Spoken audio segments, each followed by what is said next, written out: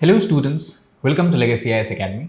Today we are going to discuss about the Tigray Crisis, which has been in news for past 1.5 years, and recently it has been classified as the worst disaster on the earth or in the world as of now. So in this particular video, we are going to discuss about what is the region, main causes or factors behind the Tigray Crisis, who are the people responsible for this crisis, and what basically or what actually this crisis is all about. So first of all, if we try to understand that why this particular issue is in news, because recently the Director General of World Health Organization, Mr. Tedros Adhanom Ghebreyesus, he had described the humanitarian crisis in Ethiopia's Tigray region as the worst disaster that currently the world or the earth is facing today. Not only that, he also has alleged that international community is not that much aware or not that much attentive toward this particular crisis, and that one possible reason can be the color of the skin of the people. That means since this crisis is in the African region and people here are African American, so that is why countries, especially Western countries such as US, Europe, are not paying that much attention to this particular region of the world. Also, while underlining the importance of this crisis, he has clearly mentioned that nowhere presently in the world 6 million people are sealed off from basic necessities of life such as foods, medicine, as well as the power. And further, not only WHO but also the World Food Program under the aegis of United Nations have also said that the current or present conflict going in the Tigray region of Ethiopia that started somewhere in the November month of 2020 due to or as end result of this crisis or as end result of this conflict, almost half of Tigray's population are currently without food, as the international aid groups or NGOs are struggling to reach rural areas due to inadequate fuel supplies. So before going into details about this crisis, let us try to understand the geography of this particular region. So if we try to understand, as we know, the crisis is going on in the country that is Ethiopia. Ethiopia is the second most populous nation in the African continent, and as you can see, Ethiopia is a very important country and sits on the strategic region that is called as Horn of Africa. Now, Horn of Africa is a region that is situated between Red Sea, Gulf of Aden and the Arabian Sea, and here Ethiopia is surrounded by 4 other countries that are also part of Horn of Africa, that is Sudan in the north, Eritrea in the east, and Somalia in the east, and we can say southeast of the Ethiopia. So Sudan, Eritrea, Ethiopia, Somalia, and Djibouti. Also, we can see one other country is Djibouti here. So these countries make up the Horn of African region. And if we try to understand, it is in the northern part of the Ethiopia, as you can see on the map here. This region is what we call as the Tigray, which is the main point or the main place of the crisis. And if you look at the corresponding map here, you can see that it is in the Tigray region. We have a lot of air strikes, tension, internal displacement of the people, refugee camp, refugee resettlement program. All this is being done in this particular area. So this is the area of interest for our present issue.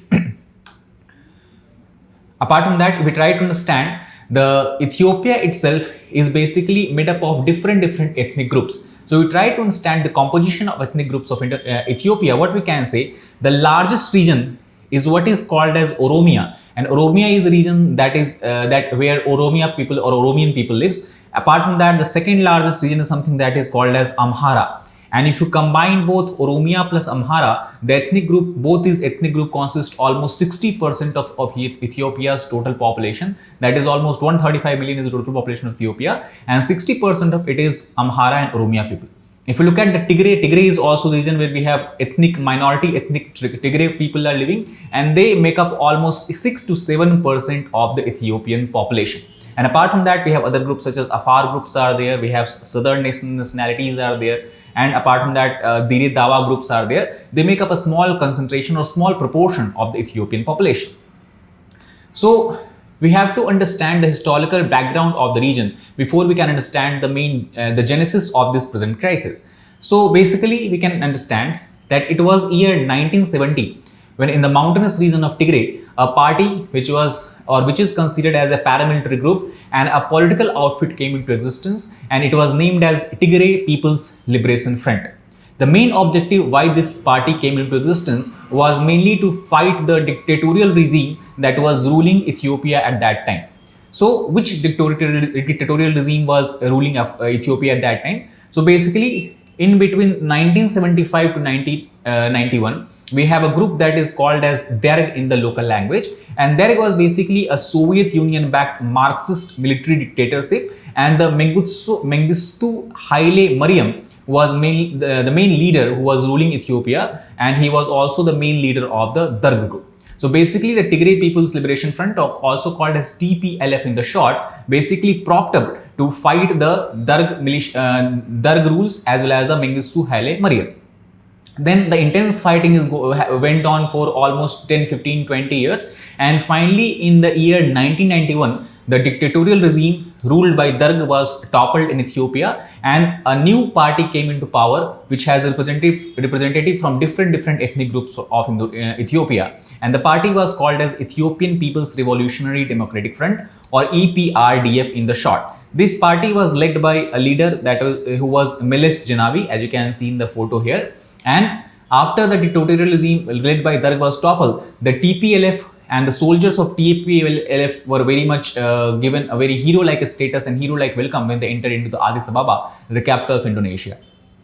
Then Meles Zenawi, while being a leader of EPRDF as well as being the president and later on becoming the prime minister of Ethiopia, has led the country from being under military rule to a system of ethnic federalism. What is ethnic federalism? Is basically he decided and he ensured that at the center of Ethiopia it will the EPRDF that will rule. However, in different federal regions of Ethiopia, the local party can also form the government. So that was the main contribution of Meles Zenawi. Not only that, he also did a lot of work in humanitarian front, and under his rule, Ethiopia became one of the largest recipient of international aid program from the United States of America, and also the relation between US and Ethiopia became much more stronger. However, situation changed in year 2012.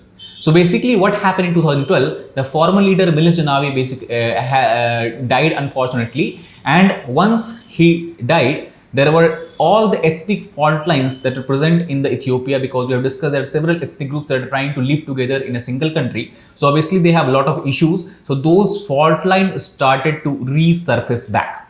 And the main reason why this fault line started to resurface is because though he was very progressive in nature, the EPRDF was progressive in nature, they did a lot of work for the people, they fought corruption, they basically bring a lot of humanitarian aid. Despite that, overall their rule were kind of authoritarian and intolerant of dissent in nature.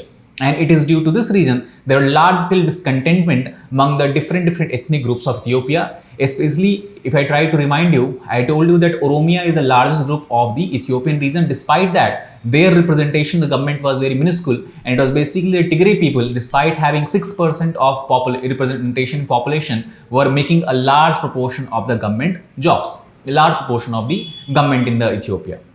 So come year 2015, EPRDF again won the national election. However, the popular unrest and resistance was led by two major groups, that is Oromos and Amharas, and due to this popular unrest and resistance, finally in 2015 a new leader was elected, and this new leader became the new Prime Minister of Ethiopia, whose name was Abiy Ahmed, whose photo you can see from here.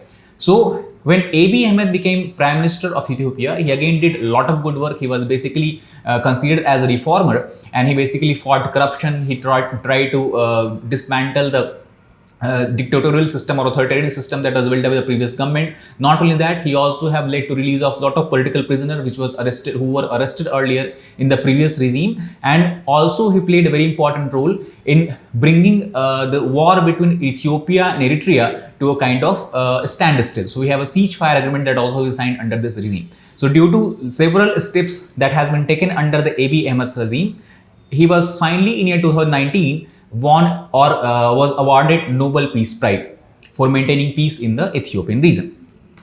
However, situation again changed in year 2019 when Abiy Ahmed dissolved the EPRDF. EPRDF is the party that is ruling after the Derg came into Derg were toppled. So EPRDF coalition was dissolved by the Prime Minister Abiy Ahmed, and he wanted to create a new party that he named as Prosperity Party.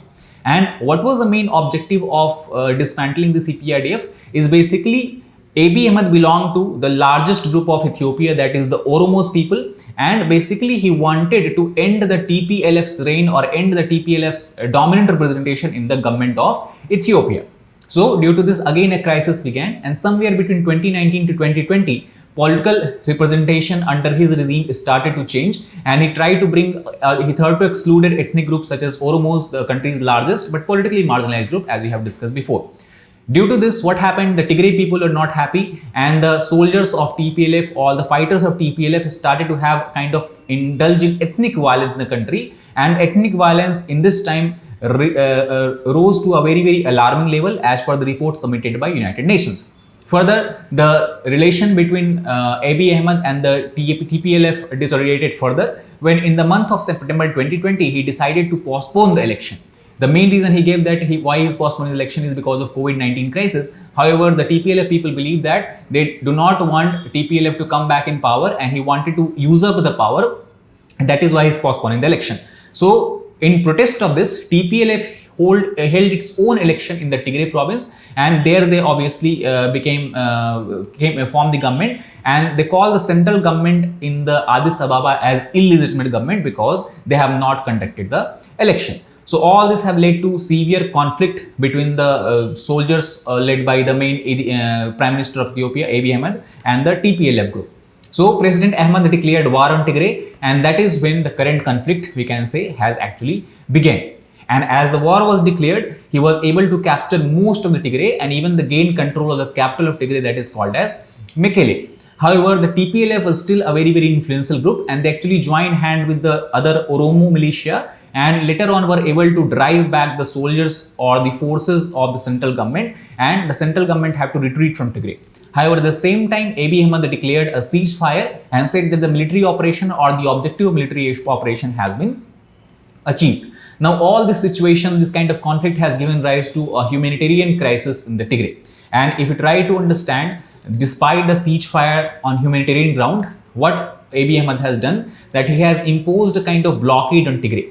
Blockade is economic in sense, that means now the people or population of Tigray do not have any access to power, they do not have access to telecommunication network, they do not have access to even water, and they do not even have access to their own money because banking facilities have been totally cut off from the central government.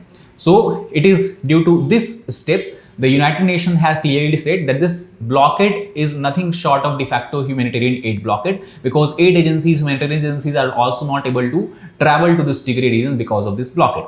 So that is why the UN has said that it is impossible in this situation to deliver any kind of humanitarian, economic or medical assistance, and this also has led to about 2.6 million people from Tigray region internally displaced people coming into category of internally displaced people. That means they have fled from the Tigray region due to violence and ethnic cleansing and has started to settle in different parts of the Ethiopia in the refugee camps and all those things. Not only that, due to the lack of access to different facilities, there is being observed large-scale starvation of the people. Absence of medical facilities is causing untimely death of many people due to diseases and sickness, and also they do not have access to their own money, so they cannot buy even basic necessities, basic food items for themselves. Not only that, apart from this food and famine crisis, there has also been report by the Congressional Research Survey or Congressional Survey report by United States that said that there is evidences of widespread sexual violence, extrajudicial mass killing, as well as forced displacement in the Tigray and the surrounding areas. Not only that, the Congressional Research Survey have also said that the use of rape and starvation as being weapons of war is continuously being seen in the Tigray and the surrounding area. And due to this, it is believed by the United Nations that over 90% of Tigray's people, that is total of almost 5.2 million, are needing emergency food aid. Despite that, the food agencies or food aid distributors are not able to feed these people because they're not able to access this region. And almost 400,000 to 900,000 people currently are facing famine-like condition or famine-like situation. So by understanding all this, what we can say in the conclusion, that as per the recent report published by Human Rights Watch and Amnesty International, very well-known humanitarian agencies, international humanitarian agencies or NGOs, they have said that people from Tigray or Tigrayans in Ethiopia are facing a relentless campaign of ethnic cleansing by security forces from the neighborhood Amhara region. Amhara, let me remind you, is the second most populous or second largest ethnic group of Ethiopia after Oromis. So this is something you can say a kind of ethnic warfare has begun, where we have three major groups. One side we have Oroms, from which the current Prime Minister Ahmed belongs to. Then we have second group, that is Amhara, and then we have third group, that is the Tigrayans. So basically the Oroms, Amharas and Tigrayans are fighting with each other, and basically it is kind of ethnic cleansing, that means large scale violence against Tigrayan population is being observed. Not only that, due to the current crisis, the extent of the current crisis, WHO has said that they will need at least $123.7 million as aid assistance to cater to the rising malnutrition in the region. So basically, if you try to sum up what kind of humanitarian disaster Tigray is facing, almost all kind of humanitarian disaster that you can think of, they are facing famine, they are facing shortages of medical facilities and medicines, they are facing shortage of water, they are facing shortage of power, telecommunication, they do not have any method of communication, they are facing even, they are not able to access even their own money that has been deposited in their bank. And worst of all, there is a kind of ethnic cleansing. So we have a kind of different, or we can say very brutal form of warfare is being practiced here, with rapes and rapes and destruction or displacement, as well as extrajudicial and mass killings. So that is why WHO Director General had classified this as one of the worst humanitarian disaster that currently the world is facing. So that is all about this particular issue. Thank you very much.